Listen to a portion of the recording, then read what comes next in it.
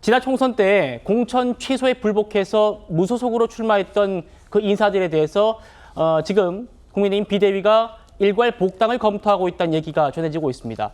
대표적인 인물이 지금 보시는 것처럼 도태우 변호사 그리고 장예찬 전 최고위원인데요. 당의 화합과 단합 차원에서 이 출마자들에 대한 복당을 검토하고 있다. 호 대변인께 제가 여쭤볼 수밖에 없을 것 같습니다. 저희가 확인해 보니까 실제로 이런 움직임이 있었어요. 일단 목소리 한번 들어보시고 그 뒤에 한 번 더 질문 드려보겠습니다. 들려주시죠. 본인이 했던 거에 대한 진정한 반성이 있다면 그리고 이 정부의 성공을 원한다면 안 받아야 될 이유는 별로 없다 싶습니다.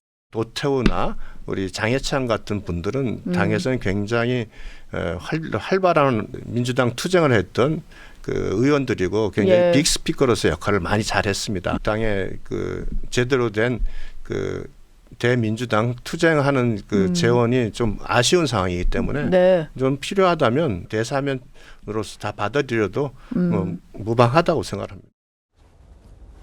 예, 지금 보셨던 장예찬, 도태우 후보들이 복당한다면 누가 가장 먼저 떠오르십니까? 한동훈 후보 아니겠습니까? 한동훈 후보가 비대위원장일 때 탈당하면 무소속 출마하면 복당시키지 않겠다라고 얘기를 했기 때문인데 호 대변인님, 저희가 취재해봤습니다. 어떤 얘기까지 하냐면 제가 책임 있는 이 지금 지도부 관계자에게 확인을 한 건데 심지어 오늘 그러니까 특히 장예찬 후보 같은 경우에 복당을 시켜주면 오늘 아마 청년 최고위원 후보로 등록을 할 수 있기 때문에 그 부분까지 비대위에서 논의를 했던 걸로 저는 들었습니다. 지금 이 장예찬 도태우 두 사람의 복당 문제 전당대회 시즌에 왜 나온다고 보십니까?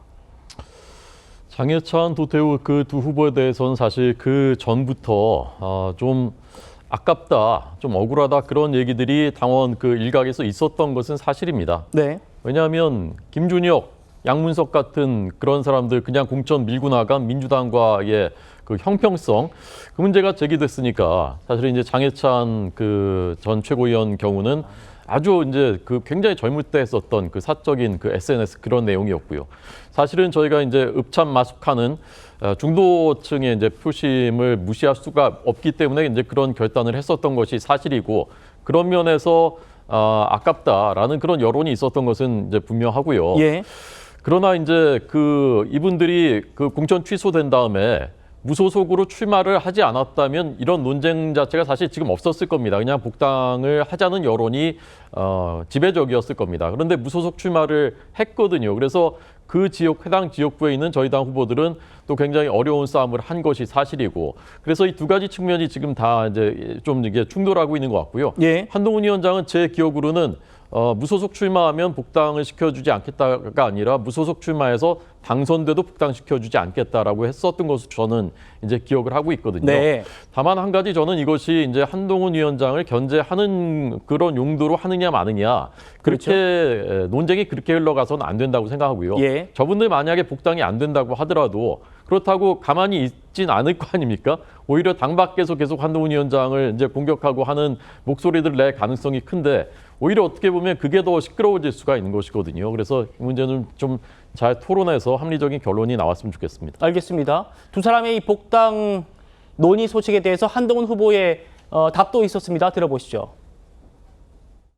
지금 제가 지도부가 아니니까 특정 인물들의 복당 여부에 대해서 말씀드릴 문제는 아닌 것 같습니다. 다만 이 복당과 관련해서는 우리 당에 그동안 쌓아온 관례나 기준이 있다 이런 정도 말씀드리죠. 장예찬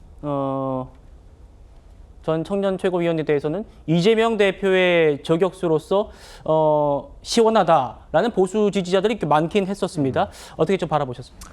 글쎄요. 그러니까 이 부분과 관련해가지고 이제는 총선을 거치면서 이분들에 대한 검증의 시간을 가졌던 것이에요. 근데 이 검증의 시간을 거쳐봤더니 이건 우리 당 후보로도 내기가 어렵다라고 판단이 돼서 후보를 철회를 한 겁니다. 취소를 한 겁니다. 그렇다고 한다면 이분들에 대한 앞으로의 뭐 어떤 이재명 일단 대야 투쟁을 하는 것이 그게 그냥 올곧게 예전과 똑같이 느껴질까요? 국민들은 그렇게 판단하지 않으실 거예요. 그렇다고 한다면 오히려 우리가 보통 이제 메시지보다 메신저를 우리가 공격을 할 때도 많지 않겠습니까? 예. 정치권에서. 그럼 이분들은 메신저로서 공격을 당할 거예요. 그럼 메시지로서의 어떠한 효과가 있을까요? 저는 굉장히 떨어진다고 보고요. 그런 면에서라면 글쎄요. 지금의 비대위가 이분들의 거취를 정하는 것 좀 저는 바르지 않다고 봅니다. 어찌되었든 간에 새롭게 출발하는 전당대회를 마치고 새롭게 출발하는 집행부에서 이 부분을 뭐 거취를 어떻게 할 것인지에 대해서 얘기를 할 것이지 뭐 총선 때는 절대 이게 다시 탈당하신 분들에 대해서 복당 안 된다라고 했다가 그냥 이렇게 비대위에서 이렇게 할 거면 앞으로 누가 탈당에 대해서 어떤 페널티를 느끼고 부담감 느끼고 이거 하겠습니까? 저는 국민의힘에서 스스로 희화화되는 것을 막을 수 있는 저는 것이라 생각하기 때문에 신중하게 생각했으면 좋겠다 생각합니다. 알겠습니다.